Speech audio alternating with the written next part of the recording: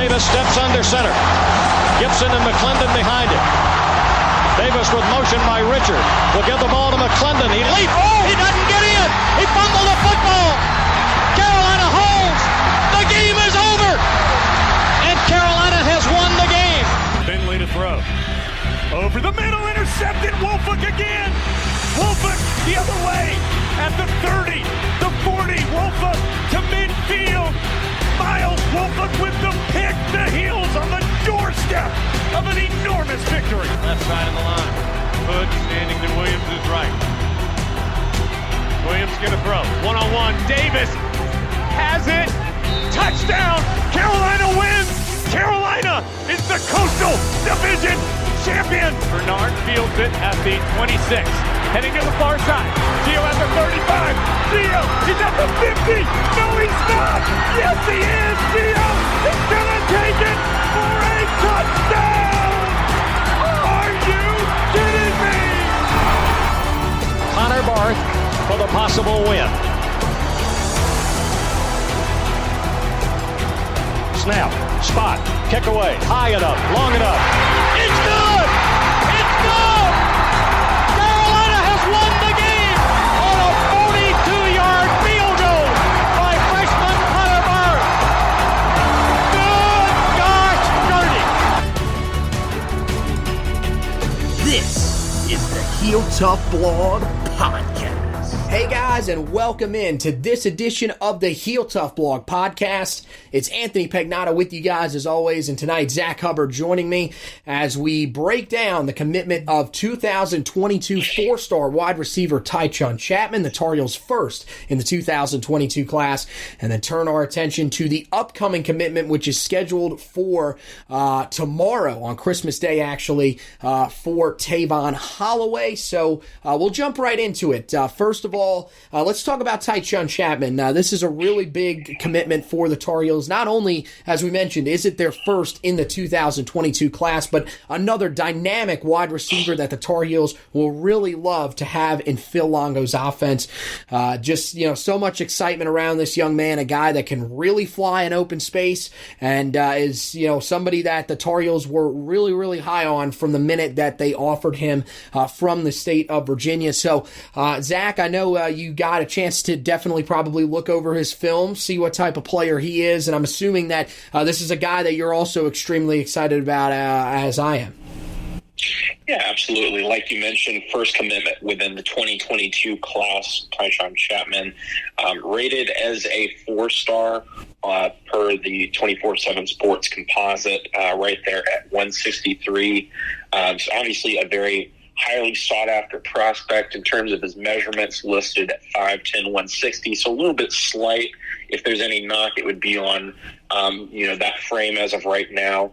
But out of the Virginia Beach area, so again, another recruit that we see sort of out of that Tidewater area in Virginia that North Carolina has really been targeting, specifically headed up by Trey Bly as a native of that area. Mm-hmm. Speaking just to what he brings to the class and potentially brings to the Tar Heels, we know that this Tar Heel offense obviously is explosive both in running and passing, but the main focus is always going to be on the efficiency of the pass game within Phil Longo's sort of air raid offense, and that really thrives when you have a high quality slot receiver.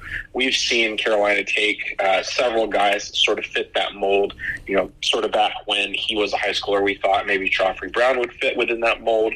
We've seen guys like Josh Downs as an incoming freshman, and then in this upcoming class, potentially guys like Gavin Blackwell can step within that role. But Tychaun, he really, really fits that role of a slot receiver. I think, not to draw too close of a Carolina comparison, but just from where they're from, their style of play, I think you do see at least a little bit, if not a good amount, of how Daz Newsome plays in their play style. They're not the biggest guys. They're not, the guy that's going to jump up in the red zone necessarily like a Bo Corrales and catch the football, in the air, but they're guys that are going to get out in space and are going to make plays. You look at how Tychaun plays at the high school level, he's doing more than just being a slot receiver, playing probably some wildcat quarterback. I know he's playing some running back, so they're involving him in different ways, and that's sort of what you see with a lot of these smaller receivers, but definitely very quick, definitely very shifty in open space, so probably a guy that you'd use, in some motion, maybe some screens, but most definitely you're going to use them in slant routes, things of that nature, sort of in that RPO game. So really, really good prospect, fits the mold of a guy that North Carolina has been recruiting class after class, and just a really, really good prospect to start with in this 2022 class. Yeah, I like him a lot. As you mentioned, the shiftiness in open space, he's going to be a problem for ACC defenders to bring down for years to come. This is a guy that is absolutely dynamic. He can put his foot in the ground, cut back extremely easily. Again, we've talked about shifty guys before that can make a guy or two miss in open space. This is a guy that, you see it multiple times on film where he will completely change direction and pretty much get away from an entire front seven to be able to pick up first downs, to pick up, to run long touchdowns in. And as you mentioned, that's the other thing that I think is really interesting about him, and I think makes him an interesting fit for the Tar Heels in this offense. He looks like a guy that, if you're going to use him only exclusively at receiver, he is going to be a slot guy, but I think Carolina will use him, maybe potentially in the backfield as well. It's, also a guy that, could, potentially be used at other spots, in the offense to try to get him some extra touches, especially, in some of those fly sweep motions, stuff like that. That could be something that Carolina tries to work in with him because of how good of, not only, just, cutback ability, but also really has great vision in the open field, which is something that, you're used to seeing a lot from your running backs, but not as much from your wide receivers. Your receivers are usually going to be guys that are going to try to turn on the straight line speed to pull away from guys. He's a little bit more of a guy that, he has the speed. When he finds the hole, he can hit it real quick and be able to get to the end zone and run away from defenders, but he will make guys miss with a couple of great moves in the open field. So it'll be interesting to see what he does in this Tar Heel offense in a couple of years. As you mentioned, just a guy that's been tearing it up in the Tidewater area of Virginia. 1,300 yards of total offense last year, 15 total touchdowns. 645 of those yards came as a receiver. So you can see that it was a pretty solid balance between those two positions that he played a year ago for a Princess Anne team. Of course, if that sounds familiar, it should. That's where Tony Grimes came from. That was, of course, last year for a team that had a pretty historically good season for Princess Anne. They are not a school that's had a great track record of success. So for them to win 8 games a year ago was huge. We'll see, with all the losses that they've had from this year, they lost Tony Grimes, of course, to Carolina. James Smith is a guy that went on and is going to play at the University of Louisiana Monroe. We'll see if Tychaun Chapman can help lead that team to success. That'll be a pretty good look at him later on this year when they start in February. But if I had to get, kind of compare him to a guy, somebody that I think he could end up being, one of the guys that kind of popped into my head a little bit, if people remember him back at Texas A&M, was Christian Kirk, a guy that's really fast, really shifty in the open field. Of course, now he plays for Arizona. Has really turned himself into more of a straight line receiver, a guy that can get down the field, catch the football. That could be what Chapman turns into because he has that really good straight line speed. We'll see if maybe that's what Lonnie Galloway wants to try to do with them or keep some of that shiftiness to his game. But another guy that's interesting to look at that I think, when you look at how Carolina might use him is, if you watch the SEC championship game this past weekend, could be how Florida uses Kadarius Toney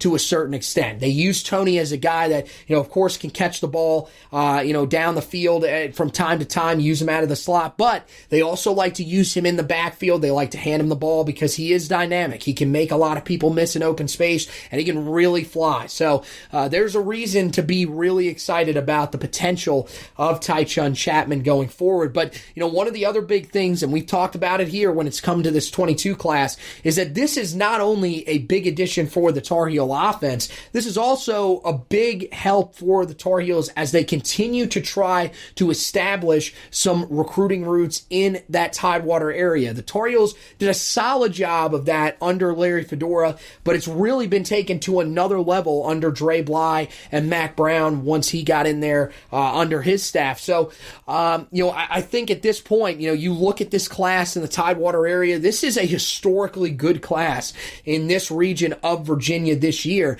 and this goes a long way to helping the Tar Heels establish a relationship with guys in the 2022 class, especially since they're not able to get these guys on campus. Yeah, absolutely. And I mean, you've seen it over the years in recent recruiting classes where North Carolina has valued, the whole state of Virginia, but specifically that Tidewater area. During Mac Brown's first tenure at North Carolina, it was a very important area for the Tar Heels in recruiting, specifically like we mentioned with, former standout player, now coach in Dre Bly. Mm-hmm. And you really look at the area, obviously, UNC wants to recruit within their own state, but in terms of an area that's closest to them, that's, really a goldmine for talent. That's the goal. That's the Tidewater area. And also you look within the state of Virginia at this point, both of its sort of flagship programs in the University of Virginia and Virginia Tech aren't, really performing up to their standards. Specifically, Virginia Tech is not necessarily performing up to its level that we saw prior under Coach Frank Beamer. So with that, really that area is pretty ripe for a multitude of teams to take advantage of there not being a really, really dominant in-state recruiter there. And I think that makes it a really, really good opportunity for North Carolina, one that they've already cashed in on, specifically with guys like you mentioned, like Cameron Kelly, and then most recently Tony Grimes. I think Tony Grimes, what he did this past season, coming in early, playing early, even finding a role at times as that defensive backfield rotated, and we had guys that were injured and had guys sort of rotate in there as he found a way to get on the field and play early and really show that this is a place that kids from come and be successful. I think that, as we saw here with Tychaun, it's already paying dividends in terms of the inroads that North Carolina can make. You think it's in another state, you think it's not far away, but there are several kids that'll, one of the first things they'll tell you is, North Carolina is actually closer to my house than, the University of Virginia in Charlottesville or Virginia Tech in Blacksburg. So really with a lot of these guys, as long as you're not going up against some of these national recruiters such as Clemson or Ohio State, North Carolina, even in some of those battles, North Carolina has a really, really good shot with a lot of these top shelf prospects that we see within that area. Yeah, no, I think, that was shown with Tony Grimes. You mentioned, the distance is one of the things that has been a huge, huge talking point for Dre Bly when it's come to trying to convince these guys to come and play for the Tar Heels. So it definitely seems to be working out. I think another really big part of it is that, you look at what Tony Grimes' commitment did for you, not only just seeing a guy that's a 5-star go to Carolina and have success. I mean, look, he's not only become a guy that's a part of the rotation, he's a guy that starts week in and week out, and every week that he's been on the field, he has improved. I mean, you can only think, if he can continue to improve, what he could end up being. Could be a guy that could be a future first-round pick, one of the top players defensively in all of college football. That's something that is really going to help you. But the other thing is that his father has a really, really big recruiting swing in the state of Virginia. He has a lot of, momentum with some of these guys, especially in the 757 region. He's a very well-known coach out there, very well-known personality. He has a lot of connections with a lot of the kids that are out there right now. And, he's a guy that at this point is definitely helping you on the recruiting trail. We saw him not only with guys from that Tidewater region, but we also saw him with 5-star 5-star offensive tackle Zach Rice earlier this year. He was a guy that helped him attend multiple games this year of Carolina's, and that's only going to help Carolina going forward. So having an ally like that on your side is going to help you. And again, Rice is one of the big-time targets in the state of Virginia. There's a couple other guys that Carolina really has their eye on, all the way up into the mountainous areas from Lord Borderon High School, and 5-star offensive tackle Gunnar Givens, who the Tar Heels are still hanging around for. That one seems like a little more of a stretch, where Rice seems like a guy that is strongly considering Carolina at this point. But there's also, another group of guys. You got Sherrod Covell, who we've talked about a little bit on here before. A recent offer at safety for Carolina at Oscar Smith High School. That's where Cameron Kelly came from. So he's definitely also getting some swing from there. But that's what's really helping you, is that you're starting to see the guys that are from the 757 area not only commit to Carolina, but have success at Carolina. So that's only going to serve you well in, an area that's growing as a whole, but again, has a historic class that is getting ready to come out of there in the 2022 cycle. And one of those guys that is going to end up coming out of there, and another guy that the Tar Heels are in really good standing with as they head into his commitment, is Tayon Holloway. He is going to commit on Christmas Day. Carolina is one of the final 6 for him. A final group that, is relatively expected when it comes out of this area. We've seen a lot of the guys in recent years have very similar top schools lists that have come out of here. Teams like Virginia, of course, on there. But also, Virginia Tech is actually the one that's on his list. Excuse me, I got that wrong. I thought it was Virginia that was the in-state team that was on his list. But you also see teams like Penn State, like Pittsburgh, another team that's really established really good roots in that area. Also, Maryland on there. Mike Loxley, his guys, they've really done a great job of putting a little bit of focus in that part of the state. And then Florida State, that's the other team that's in there as well. I think Carolina really likes where they're at in this one. He has a really good relationship with Dre Bly, also has a strong connection with Chapman. So I think, you look at that, you look at the fact that he also very close ties with Tony Grimes, his father, as well. Everything seems to stack up in Carolina's favor in this one to land an extremely talented guy that is going to be able to fit into what Carolina wants in their system. If you turn on the tape of him, which he's a guy that some people will probably be familiar with just from watching George Wilson's tape a little bit, but if you throw on his film, focus on him a little bit more, he's a guy that can handle being a man cover corner with relative ease. His numbers from last year are pretty amazing. We'll end up putting those in the commitment article so you guys can see that, but this is a guy that Carolina really wants to have, and heading into his commitment, it looks like they have a really good chance of landing. Yeah, absolutely. Like you mentioned, really good length, not necessarily the tallest guy, but really long arms, and really just, another one of these quote-unquote blue-chip prospects, 4-star prospects within that area. In this instance, both from Virginia Beach. And it really just goes to show, like you mentioned, you look at those, the list of the finalists, it's a lot of those more local schools that sort of fit within that framework that are very common within that Tidewater area.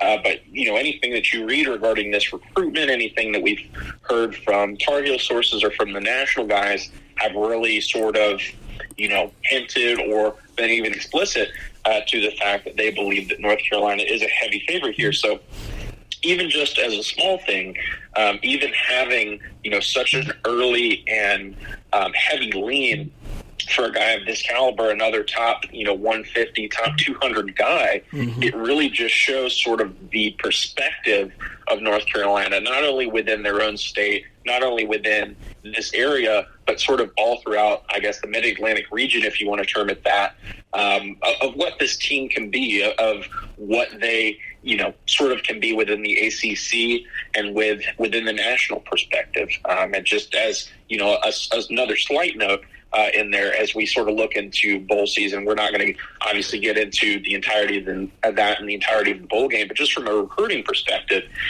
even just being named to a game like the Orange Bowl, even in a year like this where we know not everything's the same as it is in a normal year or a normal bowl season, that's big. I mean, regardless of what happens in that game, regardless of the score one way or the other, just being in that bowl game, being in sort of the New Year Six space, it is really huge for the Tar Heels. And I think that alongside, this early success, I think it'll continue to build and pay dividends in this 2022 class. Yeah, oh, definitely. I think that, this is another class that is pretty key for you. If you're wanting to sort of put yourself up there with the competitors at the top of the country, if you're one of those teams that wants to get to the spot that we kind of talked about when Mack Brown got hired, which was a team similar to Oregon, similar to Washington a couple of years ago, that every so often can jump up there, can get into the college football playoff hunt, and if enough things were to break right,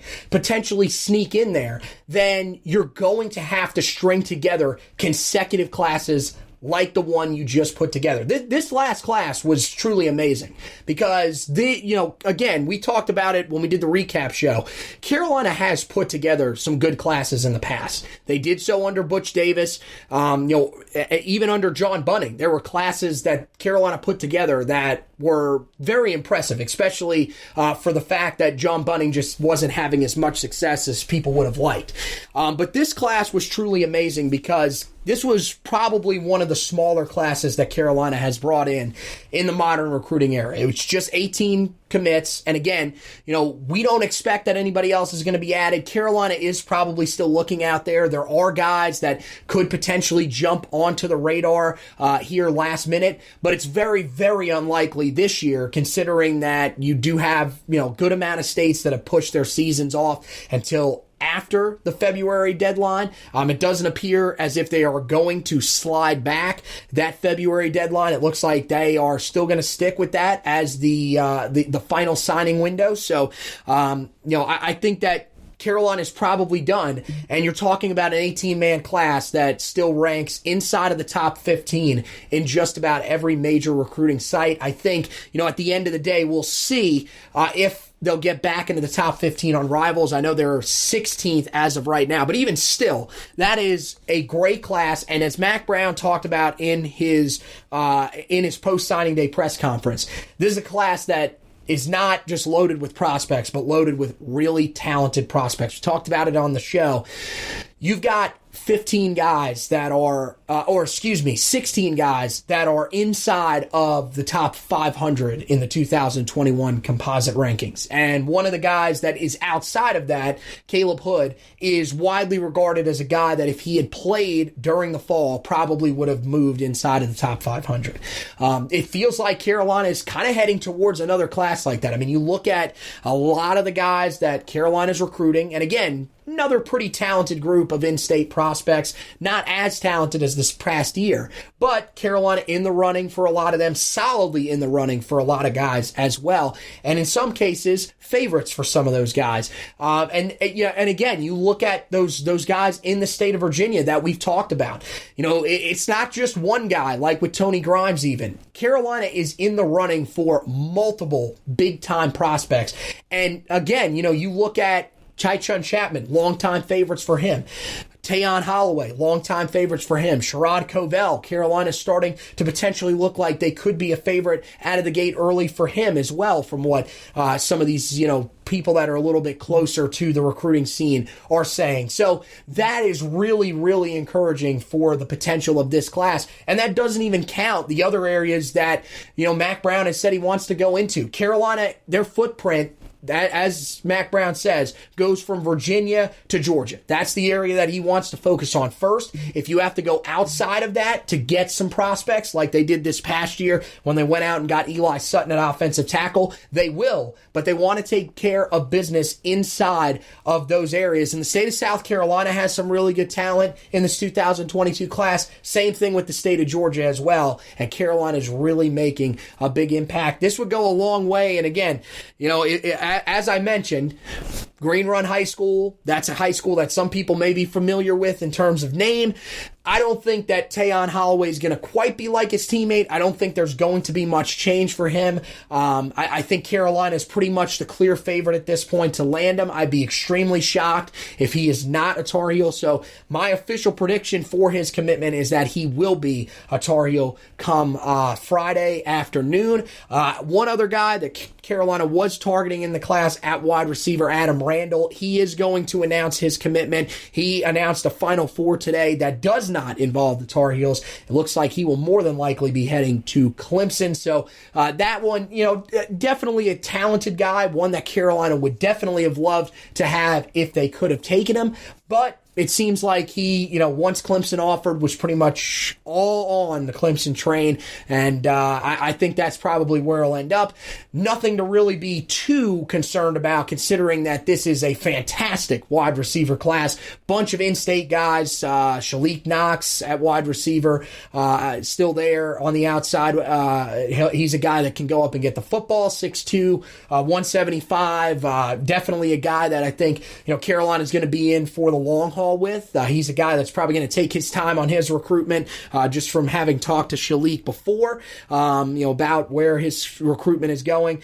Same thing with Dakota Twitty, another guy that's an in-state guy that is really high on Carolina. Don't think he's probably going to take as long with his recruitment, but is definitely a guy that Carolina, when they offered, definitely established a very quick relationship with, and is a guy that is very, very responsive, it seems, to some of the stuff on social media when it comes to some of the edits of him being a Tar Heel, everything like that. Seems to be pretty thrilled with that. So not something you should be overly concerned about going forward. So I think that's mainly it. Is there any other points that you really want to touch on before we get out of here? No, I think that's about it. Just in conclusion, on the 2022 class, it's great that we can go ahead and get that started after basically finishing up the 2021 class. I do, if I have to predict outside of these two commitments, there's not really any others that are on the table in the immediate future, though that makes sense, with sort of visits and everything along those lines still being shut down. It would not surprise me if there are some, guys in the 2022 class that do take their time. Hopefully once visits open, Carolina as well as other schools will be able to get guys on campus. But yeah, that's really it in terms of, the class at this time, and, looking forward to this announcement come Friday.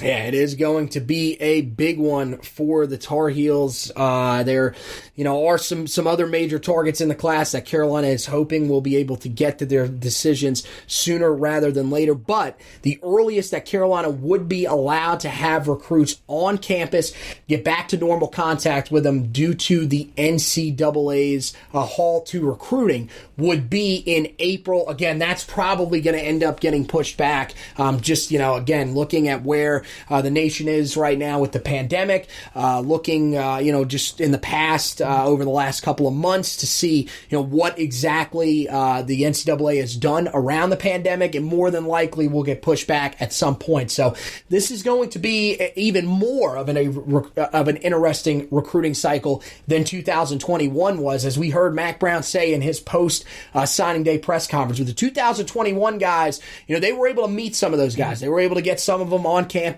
Some guys, they had been to games before for unofficial visits. Other guys, they'd seen at some of these other camps when they were younger. A lot of these guys in the 22 class, they may have seen them at camps. They may have met a few of the high-end guys that we've known for a while, have been really talented prospects.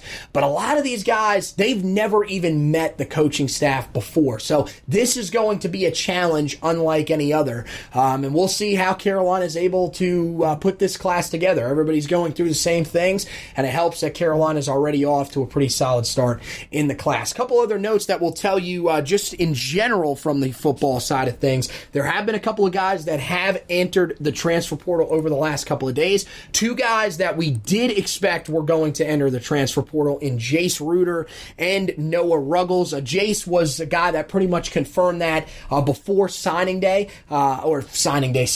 stuck in that recruiting mode again, before senior day. to a couple of the sources a little bit closer to the football program that he was probably going to end up transferring. He will end up doing that. 4 years of eligibility left for him. So basically a complete restart to his college career. He is going to go ahead and move on. Ruggles, guy that is going to have 2 years of eligibility left, of course, had a very successful junior season for the Tar Heels before he, of course, moved on to play, or he was passed over, I should say, by Grayson Atkins. This year, Atkins coming back for another season. He announced that earlier this offseason. That pretty much made the decision for Ruggles you would have expected at the time, and he ended up confirming that the other day. Another guy that just entered the transfer portal today is offensive tackle, redshirt freshman offensive tackle, Tristan Miller. He is going to move on. A guy that, I have a relationship with his dad. I have, been talking to him on and off for the last couple of years since his son was actually thinking about changing his commitment to Carolina. He's a guy that, really genuine guy. Their family has been through a really tough time losing their oldest son, Tristan's older brother. And Tristan made the announcement today that he is going to transfer. His dad told me that he did want people to know that it has nothing to do with Carolina as a university. Much respect for the university, for head coach Mack Brown and everybody in place there. This is just a fresh start for a young man that needs one after what has been an extremely tough year for him. So we wish all three of those guys the best when it comes to that. A couple other news and notes that we'll talk about. We're going to, of course, go a little more in depth in this when we end up previewing the game against Texas A&M, but Carolina with three guys that will not play in the game against the Aggies. That is Chaz Surratt, Michael Carter, and De'Ami Brown. We talked about that a little bit on the last edition of the podcast. We'll get into it even more when we go ahead and preview that game. Also, all ACC teams revealed. Carolina with 13 guys that get mentioned in some sort of capacity along the way. The most frustrating part, of course, Javonte Williams not named a first-team All-ACC member, instead named a second-team All-ACC running back behind Michael Carter and Travis Etienne. So, of course, we'll have more reaction to that on the next edition of the podcast for you guys, so make sure you keep an eye out for that. Make sure you also head to the website, HeelToughBlog.com. Some great stuff on there. We've got a ton of stuff up there. You can go back, read the Tychaun Chapman commitment article if you want a more in-depth breakdown of his game. Also, some other stuff up there on the website when it comes to recruiting. Is Carolina done in the 2021 class? As we told you on here, we think that they could potentially be done on the high school recruiting trail, but it seems like Carolina, from what Mack Brown said in his post-signing day press conference, might be saving some space for some potential grad transfers down the line. We have seen just an unbelievable move towards the transfer portal from a lot of guys around the nation. There is going to be a packed transfer portal this offseason, so you never know if Carolina could add some guys there. We tell you the three positions that Carolina could be most likely to add someone at if they go into the transfer portal this offseason. And another really interesting article that we just put up today with signing day closing or signing day happening on Wednesday, the early signing period closing on Friday, and Carolina landing Tychaun Chapman's commitment. It seems like they are turning their focus to the 2022 class on the high school recruiting trail. So we give you a look at the top 10 targets that Carolina should be looking at in the class. That was written by me, in my opinion. I give you my opinion of the top 10 guys that Carolina should target in this class. It's a really interesting article. You guys definitely want to go check that out at HeelToughBlog.com. As for the podcast, make sure that you like and follow the Facebook page for that. That'll also help you out with those articles that we just talked about. You can go there, scroll down the feed, find those articles, find the editions of the podcast, and whenever we put out a new edition of the podcast, whenever we premiere a video, it'll let you know right in your notifications area that we are previewing a video, so that you can tune in live when the video is up, or if you can tune in afterwards when we have the video just posted as a regular video. The other thing I want to encourage you guys, if you're listening to the podcast, make sure that you rate, review, and subscribe to the podcast. The rating and reviewing helps us move up some of those rankings, whether it's on Apple Podcasts, Google Podcasts, Spotify, iHeartRadio, wherever. That'll help us move up some of those rankings so that people that haven't found the podcast yet can find it when they search Tar Heel Podcast. Also, the subscribing, that's for you so that whenever you subscribe to the podcast, any new edition goes straight into your podcast player. And whenever you want to listen to the latest edition of the Heel Tough Blog podcast, you can do that anytime, anywhere. So, I want to thank Zack for hosting with me tonight. I want to thank you guys for watching and listening. Have a happy holidays, and as always, go Tar Heels!